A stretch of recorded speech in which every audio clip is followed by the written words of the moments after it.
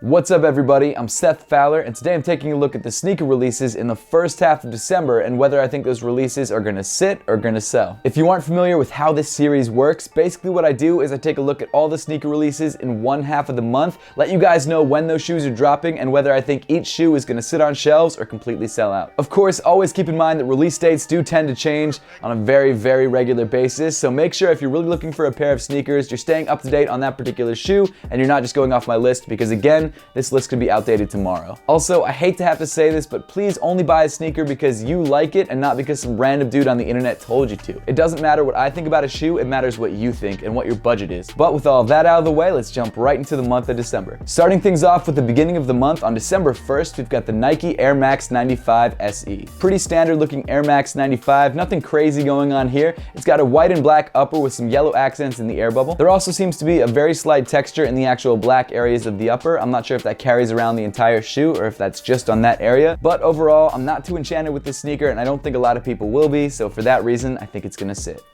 Next up, we've got a pretty heavy hitter with the Nike PG 2.5 PlayStation. This shoe is releasing alongside the retro PlayStation 1 mini console. Sony's trying the same thing that Nintendo's been doing for the last couple years, which is re-release a console except in mini form. It kind of seems like a blatant ripoff, but you can't really copyright the size of a console, at least not that I know of, and it's also already their console, so there's probably nothing that Nintendo can do about it. It definitely kind of seems like a bite though, and one that I guess I'm not too mad about because I always had nostalgia towards the PS1, so I'm definitely grabbing one, so stay tuned for that video. But back to the shoes, they're also styled in that PlayStation 1 color scheme with the gray upper and some yellow, blue, and red accents. It's not a bad looking shoe overall. I'm not a huge fan of the PG 2.5, but there could be worse looking sneakers that this collab happens on. And just the fact that it's a PlayStation collaboration pretty much guarantees that the shoe is gonna sell out. Next up, we've got a bunch of different colorways of a brand new Adidas Boost basketball sneaker, the Adidas Marquee Boost. This sneaker is releasing in 4 different colorways. You've got the static white, you've got the standard black, you've got the John Wall PE, and then finally the Kristaps Porzingis PE. Oh, and I forgot to mention, there's also a low top version dropping as well. This is a pretty interesting looking sneaker overall. It kind of reminds me of some of their Alexander Wang collabs. I mean, it's obviously not, it's definitely a budget basketball sneaker, but it kind of has that same sort of vibe to it. I'm kind of surprised that Adidas transitioned their crazy explosive line from Boost to just Bounce and then created a whole new Boost sneaker. It's kind of a weird move, especially since they already had a Boost basketball sneaker, but I'm not mad at it and I'm kind of excited to check it out. Do I think any of these colorways or the sneaker in general will sell out? Probably not. Following that up, we've got a pretty big shoe dropping and one that I'm definitely excited for, the re-release of the Ultra Boost 1.0 in the OG purple and black. To be completely honest with you guys, I was blown away that the cream 1.0s didn't sell out, especially since the original release went for so much money on the resale market. I guess it just goes to show how much the Ultra Boost market has slowed down, and that's kind of a sad thing to see. However, this retro of the OG won't come in standard Ultra Boost packaging like the previous retros. This time around, it comes in a special edition white box. Will that make a difference when it comes to selling out? Probably not. I still think it's an incredible shoe. It's still one of my favorite sneakers of all time. It's incredibly comfortable. It's a great looking sneaker. You can't go wrong with a pair of Ultra Boosts. Now, I hate to say this, especially since I love the shoe so much, but based on the previous retros of the Ultra Boost 1.0s, I just don't see this shoe selling out. I hope I'm wrong, but I just don't see it happening.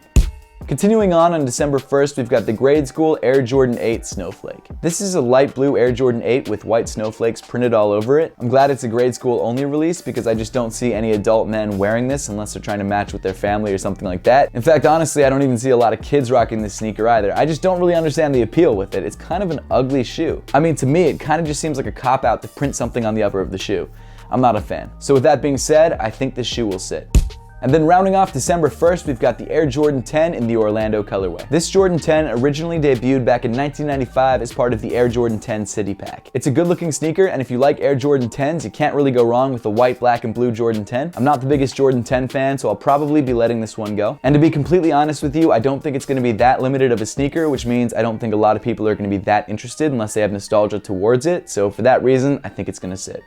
Then moving on to December 2nd, we've got 4 Ultra Boost 4.0s dropping. The first comes in an all dark red or dark maroon colorway. The second comes in a maroon static colorway. It's more of like a white maroon. The third comes in what used to be the very popular and extremely limited Miami Hurricanes colorway. And the fourth comes in a solid triple black. All 4 of these Ultra Boost colorways are good. I'd be happy with any of them. Each one of them is clean, especially that triple black colorway, which you can wear with literally anything. The Miami Hurricanes colorway is also dope because the original one was only a player exclusive, so there was maybe like 15 to 20 in the entire world. And unfortunately, unless you're actually trying to grab one of these colorways, then fortunately, I think all 4 of these colorways are gonna sit.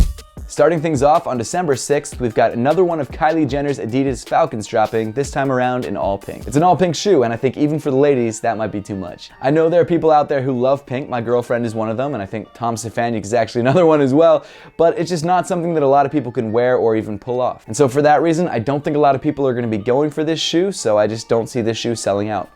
Next up, we've got an Ultra Boost mid in sort of a gray iridescent colorway. Even though this is an Ultra Boost mid, which I usually love, I think the Ultra Boost mid is an excellent silhouette. I just think this colorway is kind of weird and kind of dull in my opinion, so I just don't think there's gonna be a lot of hype around it. I hate to keep saying the same thing over and over and over again, but Adidas is just spamming us with Ultra Boost releases this month, so I just don't see this sneaker selling. Continuing on with December 6th, we've got the Carhartt Nike collection. There are 4 different sneakers dropping in this collection. You've got a Nike Air Force 1 Low Utility, you've got a Nike Air Force 1 Low, you've got a Nike Vandal High, and a Nike Air Max 95. Each one of these sneakers are actually not bad looking, and of course because it's a Carhartt collaboration, they do sort of have sort of a construction or outdoor vibe to them. I do really like the fact that Nike is collaborating with a lot of other brands this year, more so than I think they have done in the past. But with that being said, I don't think this collection is that crazy, and it's nowhere near as crazy as the M&M Carhartt Air Jordan 4. I don't actually even know why I just compared that because they're not even in the same league, but it's a nice looking group of shoes, and if you like that sort of earthy color scheme or you're a fan of Carhartt, this is not a bad way to go. If any of these shoes sell out, it might be the Air Force 1 Low or the Air Max 95, but I just don't see any of them moving past the sneakers app because everything seems to sell out in the sneakers app. So for that reason, I'm gonna give this collection a sit.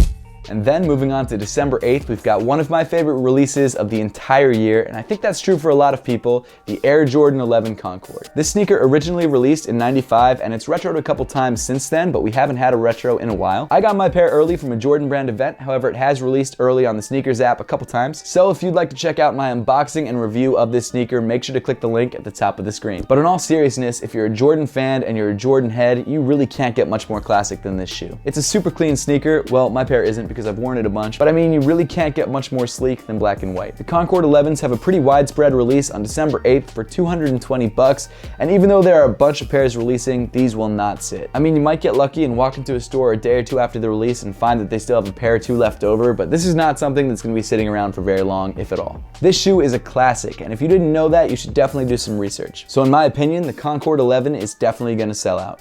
Jumping into December 11th, we've got the Tom Sachs Nike Mars Yard overshoe. This sneaker looks a lot like a rain boot, or I guess like a sneaker that an astronaut would wear, which makes sense. You may not have known, but the original Tom Sachs Nike Mars Yard is actually inside this shoe, but unfortunately it's not like you can just take it out and wear that instead. It's actually sewn in, so you kind of have to wear the overshoe, which sucks because the Mars Yard is such a great shoe. It's got a great story, it's a good looking sneaker. If you didn't know, the original Mars Yard was actually made from materials that were used on the Mars rover. Not the rover that actually went to Mars, but the same materials that were used on that rover. The Tom Sachs Mars Yard 2.0s didn't use those materials, but it was still a great looking shoe nonetheless because, I mean, it looked exactly the same as the original. This overshoe is sort of a, I guess, update or progression on that sneaker, one that I don't think a lot of people like. But with that being said, it's gonna be stupid limited and almost impossible to get. But no matter how it looks, because it's so limited and because of the name attached, it's definitely gonna sell.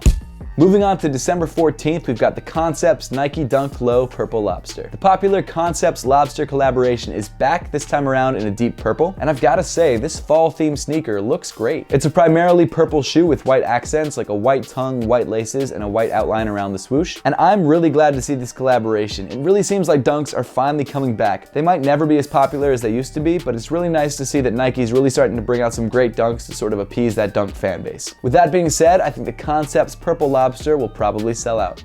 Following that up, we continue the barrage of Yeezy releases with the re-release of the semi-frozen Yeezy Boost 350 V2. I have nothing to say about this sneaker. I think it's garbage and I hate it. Okay, I don't hate it. I just strongly dislike it and anyone who wears it. Not everyone who wears it. I don't dislike everyone who wears it. Just people who...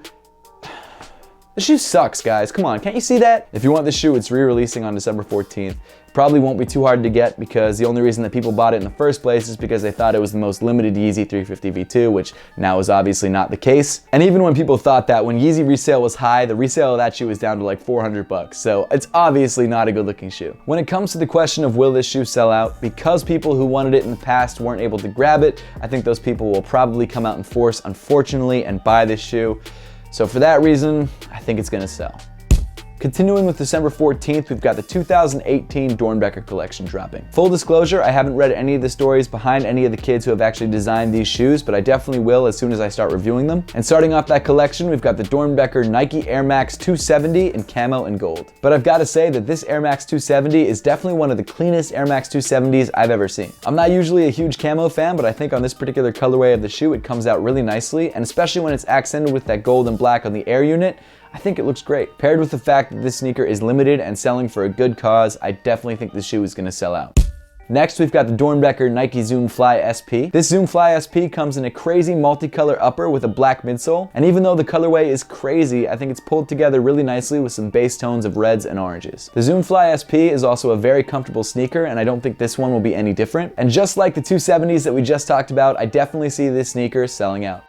Next, we've got the Doernbecher Nike Dunk Low. This shoe is my favorite in the collection. I love the green upper with the gold accents. I think it's incredible. I also love that little chicken accent on the heel. Again, I don't know the story behind the sneaker, but it's something that I definitely want to look into. Like the other sneakers in the Doernbecher collection, this one will definitely sell. Following that up, we've got the Doernbecher Nike Air Max 97 in women's sizing. This is definitely one of the more simple shoes in the collection, but I don't think that's a bad thing by any stretch of the imagination. It's a cleaner, more refined look, but it definitely reps a great cause, and because of that, I think it's definitely gonna sell. Continuing along with the Doernbechers, we've got the Doernbecher Air Force 1 Low in women's sizing. This shoe also comes in a more subtle blue colorway, but just like the last sneaker and every other sneaker in the Doernbecher collection, it's selling for a good cause and it's limited, which usually means the shoe will probably sell out. And then finally, rounding off the Doernbecher collection, we've got the Doernbecher Air Jordan 15. This is actually one of the cleanest Air Jordan 15s I've ever seen. It comes with an all black upper and a gold accent on the midfoot. And even though they put this clean black and gold design on the Air Jordan 15, which isn't one of the more popular Air Jordans, I still think it's gonna sell because it's just such a great looking shoe. And as with the other sneakers in the collection, it's gonna be limited and it's gonna sell. And then rounding off December 14th, we've got a very interesting sneaker and one that I'm not totally sure what to think about yet. And that sneaker is the yet to be nicknamed Air Jordan 1 Chicago with clear outsoles. My initial thought when I first saw this shoe in leaked images was, great, we're getting a Chicago 1. I'm super excited. We haven't gotten one since 2015. But then I saw the clear outsole and I thought, I don't love that. It's not the red outsole that I'm used to. I'm not a huge fan of clear outsoles because of course they start to yellow over time. And then I started to see more high-res images and I started to notice this really weird, sort of really light dot pattern sprinkled around the shoe. That design is such a weird, out of left field thing to do, and as of right now, I don't know the story behind the sneaker, so maybe it means something, but even then, it still looks weird and you're honestly kind of ruining a classic shoe. The only hope for saving grace, at least for me, is that maybe the shoe looks better in person. Maybe that dot pattern is like a lot more subtle. Maybe the icy outsole doesn't look as bad as it looks in pictures. Maybe there's something about it that can save it. But right now, I'm not too hopeful. With all that being said, it's kind of hard to say whether the shoe is going to sit or sell just because we don't know really anything about it. But here's what I will say. If it comes out as being a really limited sneaker, then of course it's going to sell because it's a Chicago colorway, and even though it's got this weird crap all over it, it's still limited, so people are still going to buy it. But if it's only semi-limited or a GR, I think it's probably going to sit. Until we know more about the sneaker, or until I can grab one in hand to review, I don't really know what to think because I just have to see it first before I can make that judgment. But right now, not a fan. And finally, rounding off the video, on December 15th, we've got the Nike Kyrie 5 in multicolor dropping. This is actually a pretty subtle multicolor colorway. You've only really got multicolor accents rather than a fully multicolor shoe. It is a Kyrie 5, which I'm really excited about trying. I should have a review coming out on a pair very shortly, if not already released. I'm not totally sure which video I'm gonna release first, whether it's this one or that one, but stay tuned. This shoe is probably going to be a GR, and it's definitely gonna release in family sizing, so for that reason, I think it's gonna sit. Next up is the LeBron 16 I'm King. This shoe is a super clean LeBron 16 in all black with gold accents. Honestly, one of the cleanest LeBron 16s to drop so far. But even though it is one of the better looking colorways, it's not one of the more limited, so for that reason, I think it's gonna sit. Next up is the Air Jordan 1 A Star Is Born. The colorway of this Jordan 1 is inspired by Michael Jordan's first Sports Illustrated cover where he was dodging the Milwaukee Bucks. I really want to like this shoe because I love the Jordan 1, but in my opinion, the colorway is kind of weak. I mean, I get the story, it's kind of cool. It kind of seems like a reach though, like it's not the shattered backboard story. This is kind of just like his first cover of a magazine, which, I mean, there was a lot of those, so it honestly looks more like a BHM colorway than a Sports Illustrated colorway. I'm not sure why they went with the Sports Illustrated theme for this. And I just gotta say it, why did they put all those colors on the swoosh and not on the rest of the shoe? I think if they'd done like a simple color block shoe with those colors, that could have looked really nice. But on the swoosh, it just gets too busy, it's just too much. I'm not a fan. I won't be picking up this shoe because I just don't like it that much, and I don't think it's going to be one of the more popular Air Jordan 1 colorways, and I think this shoe might even be semi-limited, but because it's not a great looking sneaker in the first place, and because there's a lot of other great sneakers releasing around it, I just don't see this shoe selling out, so for that reason, I'm going to give it a sit. Next up, we've got the Air Jordan 12 Winterized, which is exactly what it sounds like. It's an all-black winterized Air Jordan 12. That's pretty much it. I don't think many people are going to be really excited about this shoe, and there's some other really big releases happening on this day, so I just think all the attention is going to go there instead of this shoe. So for that reason, I think the Jordan 12 Winterized is probably going to sit. Following that up, we've got a retro of a pretty interesting Air Jordan 3 colorway, the Air Jordan 3 Mocha. This sneaker comes in an all-white upper with brown accents on the elephant print, and from what I've seen, some people are actually pretty psyched about this shoe. I mean, there definitely is some interest there. However, as we've seen with Jordan Brand over the last couple months, they have seemed to be saturating the market with Air Jordan 3s, so even though this is a more popular colorway, I think there's going to be a lot of them, so for that reason, I think it's going to sit. And then finally, rounding off the end of the month, we've got 4 Fear of God Nike sneakers dropping. The first 2 collaboration sneakers are the Fear of God Nike Air Skylon 2 in both black and white. These are actually pretty good looking sneakers, however they are relatively plain, but that Fear of God branding on the side definitely doesn't hurt. These are both pretty good looking sneakers, however they are a little bit plain. The Air Skylon 2 might not be the most popular silhouette in the world, but when it's got that Fear of God branding on the heel, I'm sure it'll have no trouble selling out. The Fog Skylon 2 is a good looking sneaker, but I definitely think it's going to be overshadowed by the other Fear of God collaboration dropping on the same day. But with that being said, I do think both colorways will probably sell out. Then rounding off the Fear of God collection, we've got 2 colorways of the Nike Air Fear of God 1s. This is a brand new high top silhouette dropping in both gray and black, and I actually really dig these. I think they're a super clean, minimal take on the high top desert boot. They're definitely a little bit out there. I mean, the air unit in the heel looks like a rectangle that was just kind of punched out of the heel of the shoe, but regardless, still a nice looking sneaker. I love that minimal triangular lacing system. I think it looks super clean, especially with those super long laces that you can wrap around the ankle. Jerry Lorenzo and Nike knocked the design of these out of the park. To be fair, they're not the easiest sneaker to wear, at least not every day. Like, you can't wear it with like shorts and a t-shirt. You definitely have to dress up when you're wearing this shoe. But it's a super clean sneaker nonetheless, and I really like the fact that Nike is collaborating with Fear of God. And of course, the sneaker is going to be very limited, so for that reason, it's going to sell. But that pretty much wraps up the list for today. I'll be back in a couple weeks to let you guys know about the sneaker releases for the last half of the year, so make sure to stay tuned for that. And as always, thank you so much for watching. Please make sure to give this video a thumbs up if you liked it, subscribe down below if you haven't yet, and I'll see you all in the next one.